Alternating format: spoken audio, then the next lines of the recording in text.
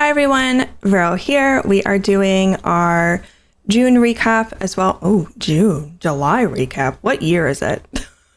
We're going to do our July recap, go over our budget, and then go over our budget for August, and of course, any additional goals that we have. Let's just go ahead and jump into it. Before we jump into it, I am going to show a different budgeting tool that I've been using for the month of July that I am going to be using moving forward, which I'll explain more here in a second. But let's go over our goals first. All right, here are our goals. And for the month of July, I chose this cute little cloud with a sun, which is very appropriate because it's currently raining outside. So say $500 to $1,500 a month. I was able to save money this month. Stick to monthly budget. I technically didn't, but I'm an accountant. Read 2 to 3 books a month, 30 total for the year. I did in fact read 2. I think next month I definitely need to read 3 because I'm a little behind.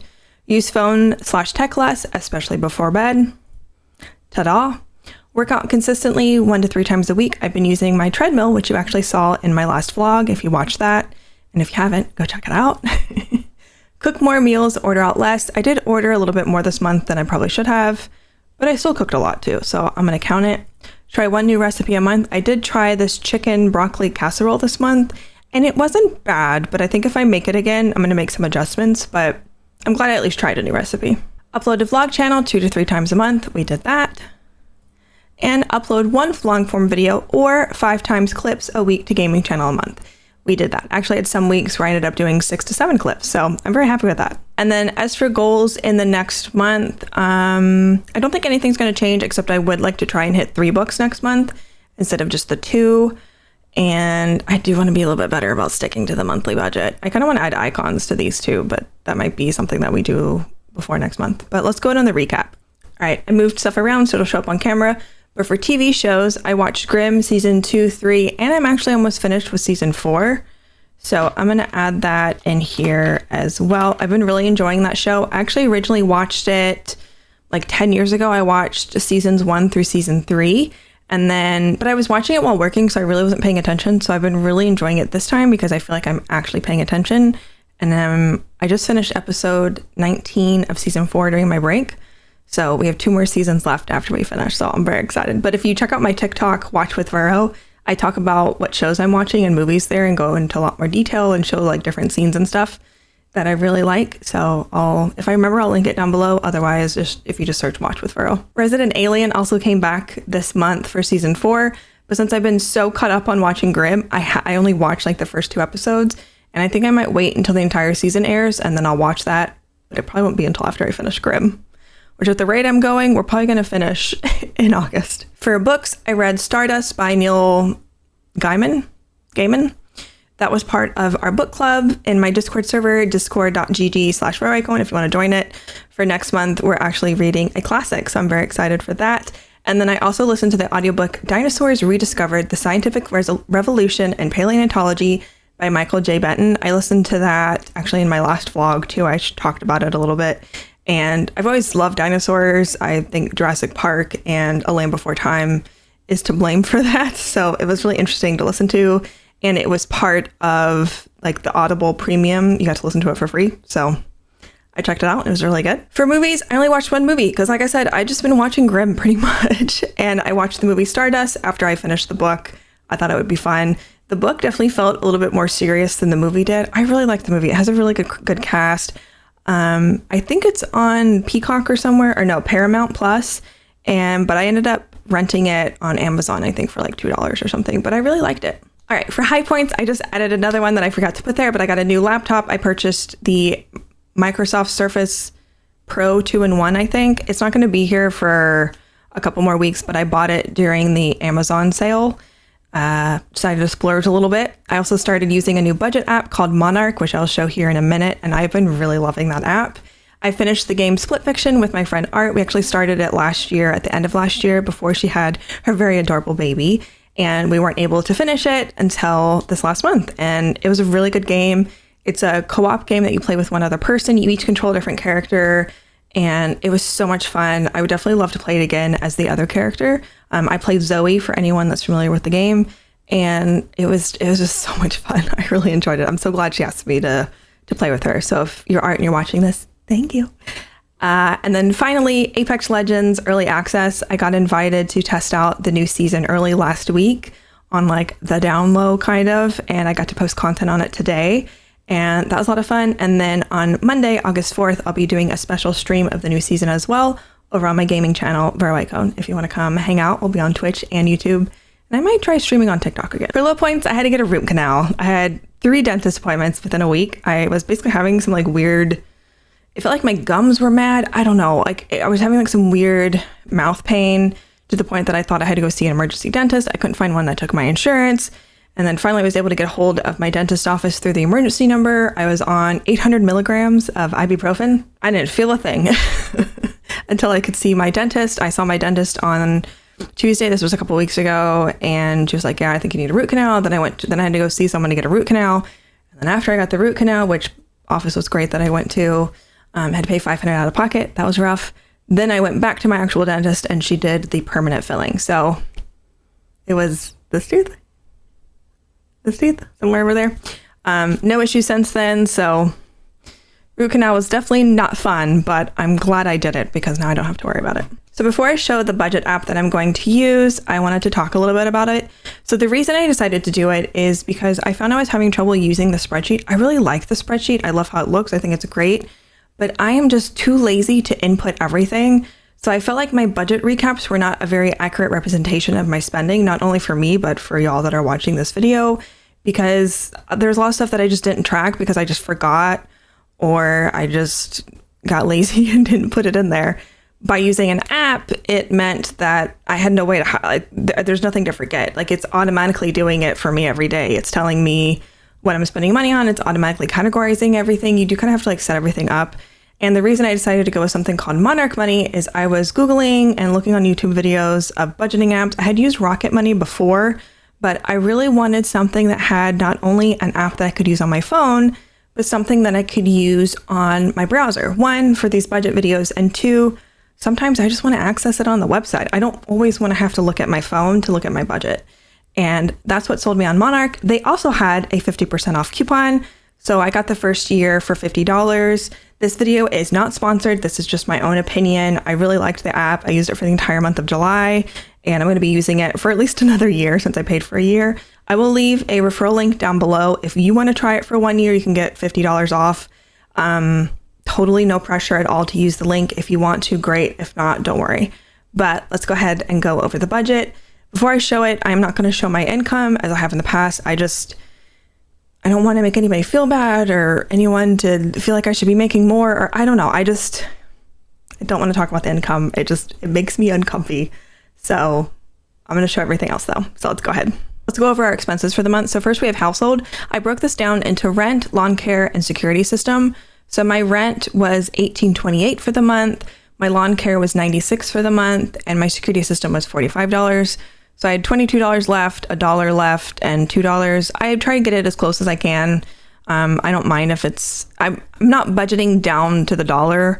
As you can see over here, it says left to budget $537 because that makes me too anxious to like decide where every single dollar goes. You'll notice some of my stuff still has amount left, but those are pretty much how much I pay every month for those things. So nothing too wild. Next, we have bills and utilities. I broke that down into gas and electric, internet, phone, and car insurance. For gas and electric, that was $208. It's pretty hot here. It was feels like 112 today, and I think 113 yesterday. So my AC do be running in overdrive. So I was not surprised it was $208 for the last month. For internet, my amazing job pays for part of it, so I only had to pay $26 out of pocket. I budgeted for $65 because I wasn't sure if my internet bill was going to go up this month or not, so that's why I put $65. For a phone, I usually pay about $107, so that's about average. I put $119 because there's been some months early where it was $119, so I just have it listed as $107 just in case. For car insurance, I pay $74 a month. Benefits of being in Florida, we have pretty cheap car insurance. The next category is food and dining. I have groceries, takeout and delivery, and coffee. For groceries, I was $98 over my budget. I put $500. I did have to buy trash bags and I think about toilet paper and paper towels this month, so that kind of fluctuated that a little bit more than maybe it normally would. Not quite $98, but that's okay. For takeout and delivery, I went over by $177, and I'm not even mad about it. Sometimes you just got to do it. I'll have to blur out some of the screen, but as you can see, I did like DoorDash and Grubhub, and you can like break it down by price. So like this day I spent $68 on July 11th. In my defense, that lasted me like 2 days worth of food, so that's why. And then next up for coffee, I budgeted $15, I spent $10. I put $10 on a gift card to buy coffee, so that's why.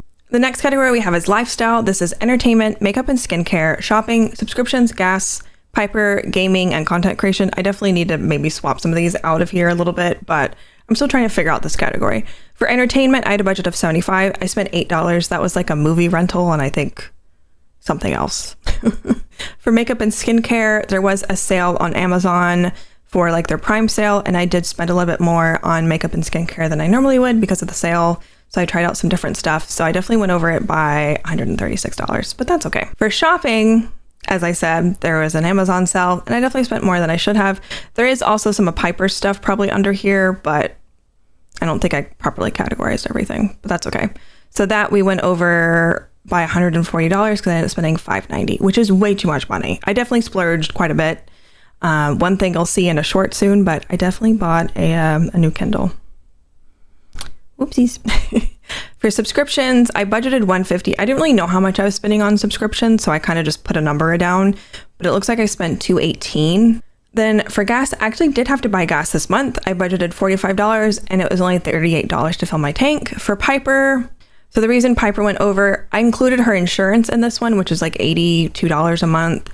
She also had to go to daycare more times than normal because of all my dentist appointment. So every time I had to take her to daycare, it was $26 every time I had an appointment. And then she normally goes to daycare on Sundays every time I run my errands. So it ended up being a little bit more. I also had to buy her more dog food this month, and that was, I think, like 60 something. So I went over on her budget, but I wasn't really surprised that I went over on her budget, if that makes sense. I also bought her some bones and treats and a toy and, you know, all sorts of fun dog stuff, you know? The next up for gaming, I budgeted $75. I spent nothing. Which is kind of nice. And then for content creation, I had a budget of $75 and ended up spending $210. I purchased a couple of different like Etsy overlay type stuff.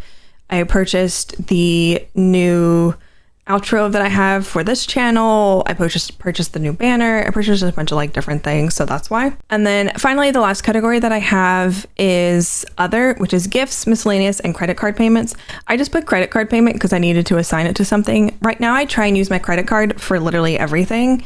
So one, I can rack up points, and two, I feel like it's a little bit easier to keep track of everything if I'm just using the one card instead of using like a debit card, a credit card, PayPal, etc.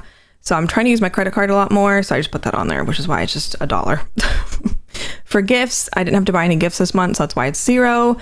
For miscellaneous, it's $90 over. I ended up having to spend $500 and something. I think it was like $545 out of pocket at my dentist for the root canal. And then I got back $400 from my HSA card. So that's why it's kind of over by 90 because of the 160, because of math, basically. And then after that, for goals, I have just a down payment for a house listed, and I wanted to save at least $1,000 this month, and I saved $1,000. If you go over the entire budget for the month, I ended up going over $697, which is a lot. A lot of that happened because of medical expenses that came up, which made my Piper budget go up, which also made me have to buy gas because the place I went to get my root canal done was like 35 minutes away. So definitely a little bit of a drive there. So let's go ahead and break down our goals for August. The way that this app is set up is it will automatically transfer over to each month, but I do think there are some budgets that I want to change here. Rent, lawn care, and security, I'll keep all the same because those are usually pretty similar. Gas, I think I'll keep the same. All of these under bills and utilities, I'll keep the same. Food and dining for groceries. What I really like is when you click to change the amount, it'll show you how much you spent last month. So last month was, I think, the entire category and then your monthly average. So we're going to try to decrease our budget a little bit. And you can also apply it to future, which I usually just do. And then for takeout and delivery, let's try. My monthly average for takeout and delivery was $176. That's also why I like using this app because it's pulling all of the information from the earlier in the year. We'll do $175. We're trying to be better about ordering out. And then coffee, I think we'll just lower that to 10. My monthly average apparently is 62. I don't even remember the last time I bought coffee. I don't know. I need to see what all it's counting as coffee because I don't remember spending $47 on coffee in May, but that's okay. And then now for the lifestyle category, for entertainment, makeup and skincare, shopping, we're going to put this down to 400. Previously, I had like a house and office budget, and then I had just like a general, I think, shopping budget. I've decided to just combine that into one. So shopping is just anything that doesn't fit in a category. So that's like new clothes, maybe any new electronics that isn't specific to gaming or content creation, just literally anything else. So I definitely need to spend less on that. And then I think makeup and skincare, I want to lower that to 75. For subscriptions, I do want to go through and cancel some stuff. I spent $124 last month. My monthly average is about $161. I think some of these are also inaccurate, like $241. I need to go through everything and check previous months because I haven't done that yet. I think for subscriptions, I want to try and get that down to at least 100 if I can. So let's put 100. For gas, I shouldn't need to buy gas this month, but we'll just leave it there. For Piper, I think I can lower that just a little bit. I think the only thing that I really have coming out for Piper this month, besides her insurance, is just like her heartworm medication that automatically gets mailed to me by Chewy every month, and it's really not that expensive. So I think we'll be okay. For gaming and content creation, I think I'll keep those both at 75. For gifts, we'll leave it 50. Miscellaneous. Apparently last month I spent $39 in miscellaneous. We'll leave it 75. And then for the down payment for the house, I think I'll just keep that at 1,000. It does say that I still have $767 left to budget, but I don't know if I really, like I said, I really don't want to budget every single dollar. That is our budget for August. I've been really enjoying using Monarch Money this month because it's really broken down my expenses. And if you also purchase things through Amazon, and I think even Target has this option, you can download the Google Chrome extension and it'll automatically like input what your purchases are, and it'll give like a little descriptor in the note. So if I buy Piper bones because the grocery store was out of them, then I can add it to the Piper category instead of just leaving it under the grocery budget, which I really like. I'm excited to see how my spending improves, especially with using this app, because it's definitely giving me much more of a clearer picture of my spending that maybe I didn't really want to see. But I really need to get on top of my budget, and there's no time like the present because, you know, we're trying to set ourselves up for our future to hopefully buy a house next year. And in order to do that, I definitely need to save money. So thank you so much for watching. Like I said, I'll leave my referral link to Monarch down below, but no pressure at all on using it. But if you haven't already, be sure to subscribe to my channel, give this video a thumbs up, and comment down below if there's any budgeting tips you have or anything that you're trying to budget for or save up for. And I will see you all next time. Thank you so much for watching. Bye.